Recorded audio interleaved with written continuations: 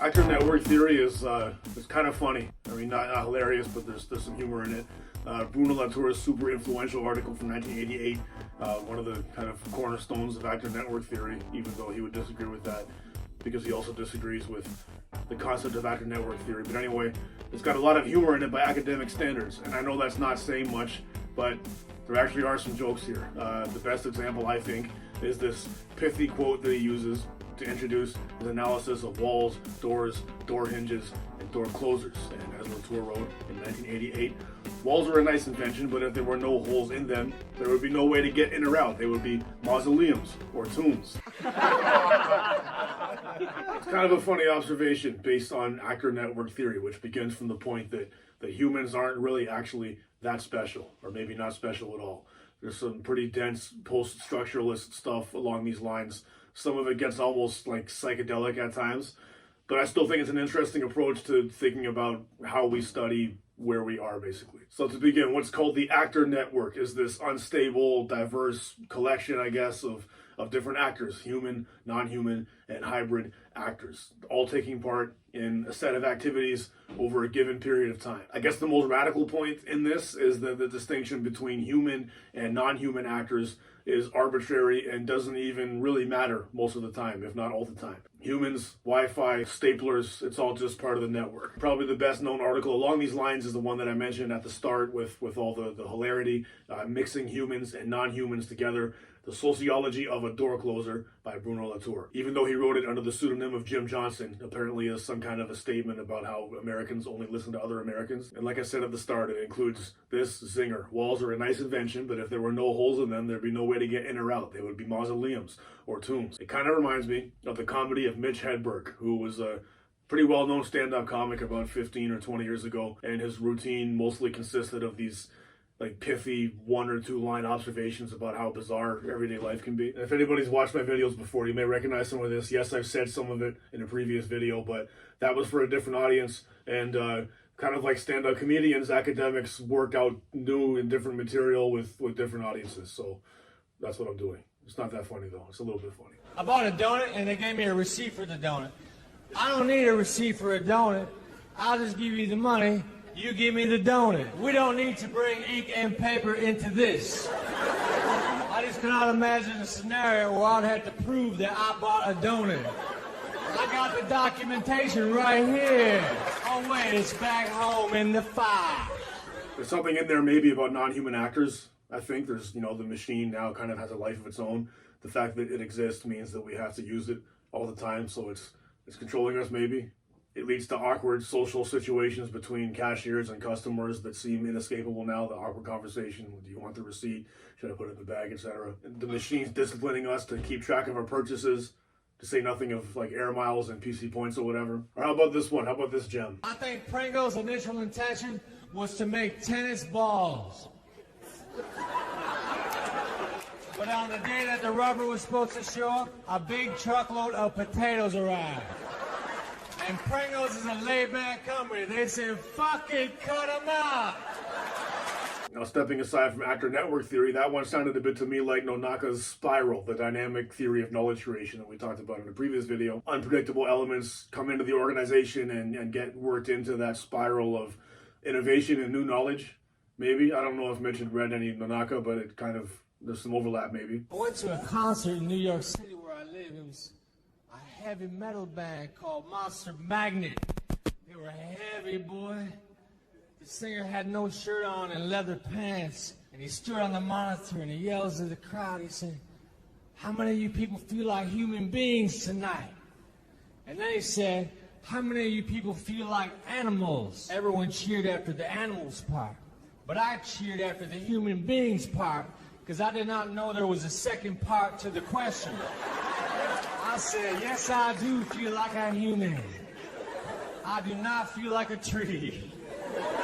Okay, so the last one was probably too much of a stretch, but I felt like including it.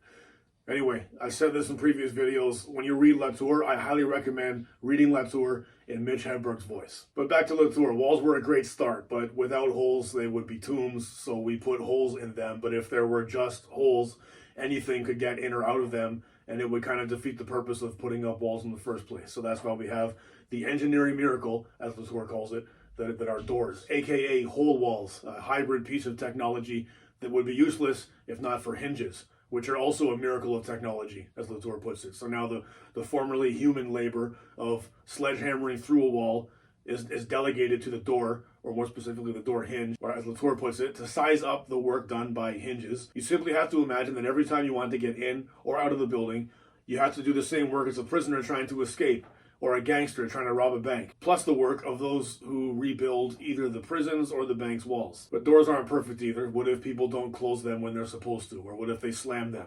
Sometimes these things don't matter much, but often the stakes are really high in terms of doors being used in the way that you're supposed to use the door. So we could pay a human to be in charge of the socially acceptable use of the door, and that is or was a job. They're called porters.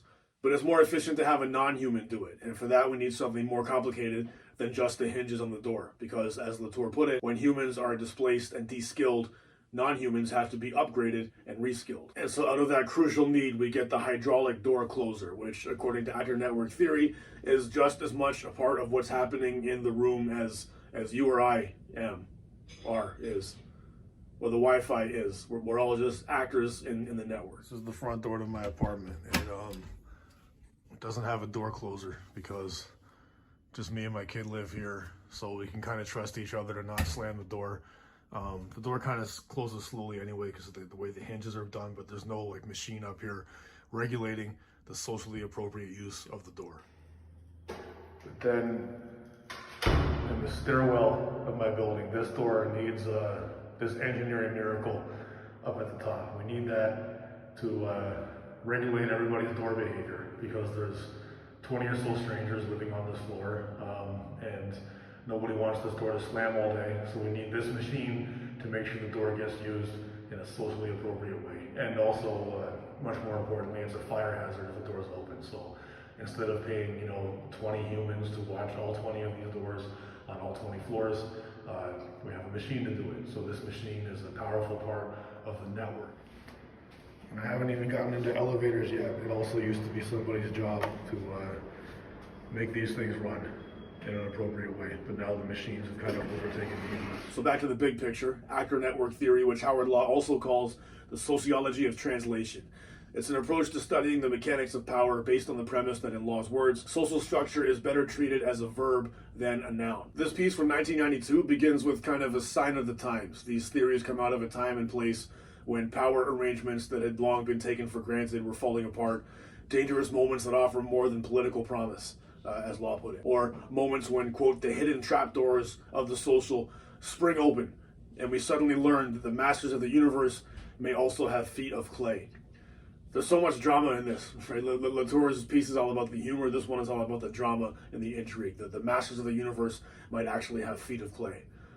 Wow. Like I said, some of this is the hype of those days. He was writing in 1992, talking about the somewhat recent fall of the Berlin Wall and the dissolution of the USSR, and thus the end of the First World, Second World, Third World system, and the ascendancy of globalized neoliberalism as the new global hegemony for the most part.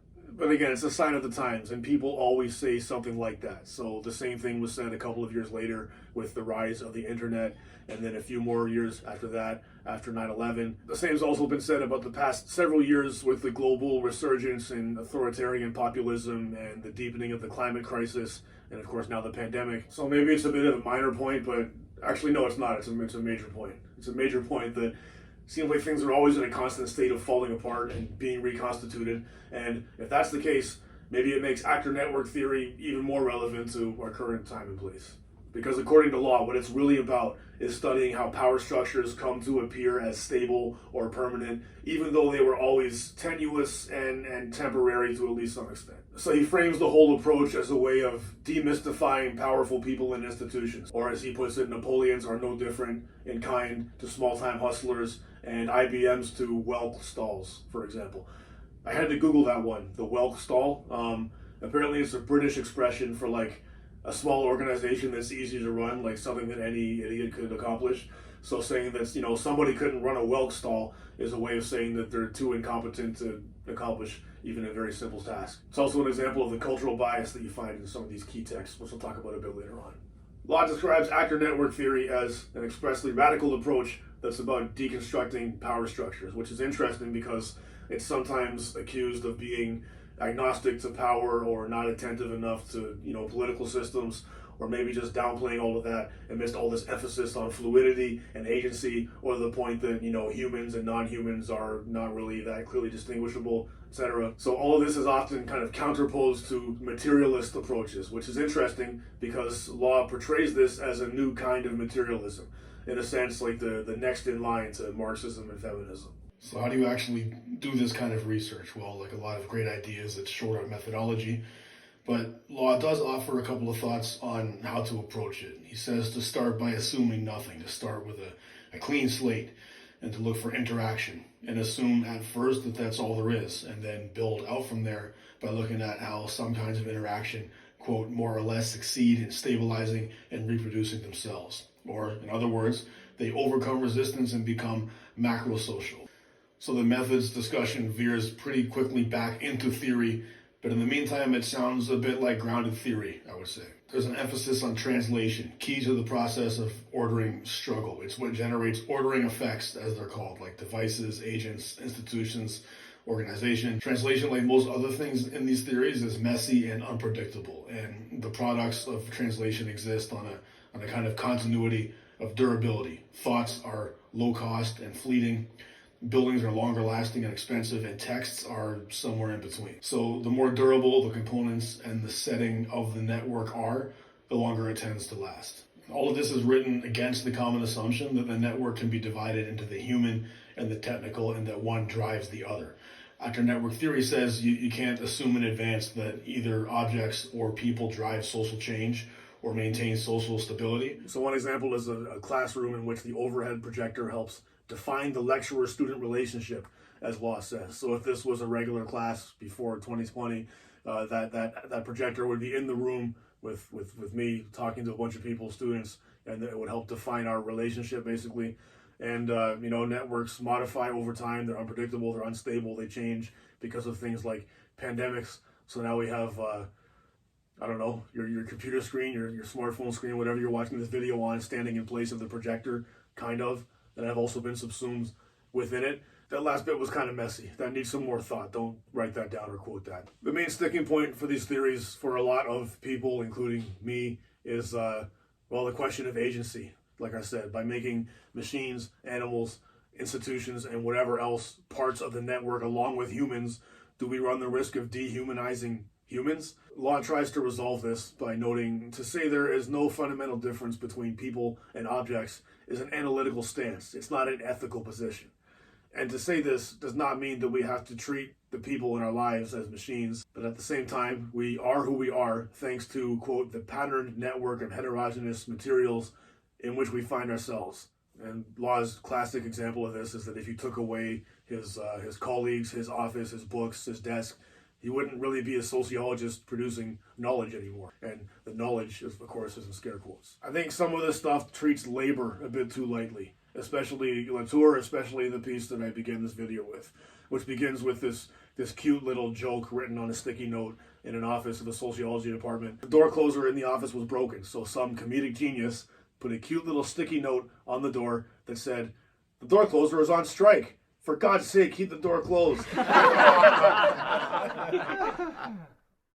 So Latour uses that to segue into his points that the work of operating the door in a socially acceptable way, in another context, might have been delegated to a human worker, and that human worker probably would have been a heavily disciplined, underpaid, and disrespected person. Also, given the way the U.S. labor market works, that would likely be a young, racialized person, and I think Latour is a bit too glib, or maybe a lot too glib, about this fact. And it's even more of a problem, I think, given his later examples of actual racism in the construction of networks. There's another part that's dealt with in a bit of a jokey way that's also very serious for a lot of people. Accessibility. He mentions that the door closer discriminates against his, quote, little nephews and grandmother who might not be able to open the door. Now, this point has since been taken up with regards to universal design, and so we do have, door openers and closers that are designed to be accessible. It's a serious point with very real political and practical consequences. I also want to follow up a bit on this appeal to the gods, as Latour puts it, because that cute little note on the door about the door closer being on strike, also said, for God's sake, keep the door closed. So on that note, Latour notes two systems of appeal going on, non-human and superhuman, that is, machines and gods. And his sort of joke is that whoever wrote that note must have been so cold or so frustrated because of the open door that they appealed to God, which is rare these days, or also in those days of the late 80s. But sometimes when the machines, the non-humans, don't work, we still turn to the superhuman, even in our secular times, as Latour put it. Last thing I want to bring up is maybe a minor point, but maybe it's interesting. I think it's kind of interesting. The fact that this article was written under a pseudonym. Latour had taken on the persona of Jim Johnson, which I guess is the most American-sounding name you can come up with. Jim apparently is a technologist in Columbus, Ohio. And Latour admits to this trickery in a footnote. Of course, he's actually a sociologist, and he's actually Bruno Latour in Paris, France. As he writes in the footnote, the distance between he and Jim is great, but similar to that between Stephen Jobs, the inventor of Macintosh, and the figurative non-human character who/which says, "Welcome to Macintosh," when you switch on your computer. So this is written in 1988 or so. The Macs back then said, "Welcome to Macintosh," when you turn them on. It's a minor point, like I said.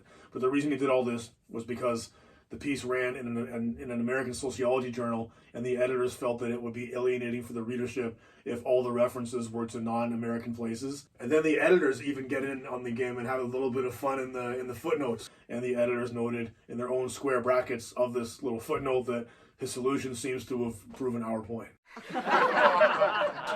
It's a wild and crazy journal article, this one. There's some fun postmodern intertextuality going on. You don't normally have the editors of journals commenting with little jokes in the brackets of the footnotes.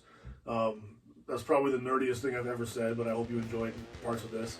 I hope it was mildly entertaining, as I think actor network theory is. Be back soon with more study, knowledge, and information practices.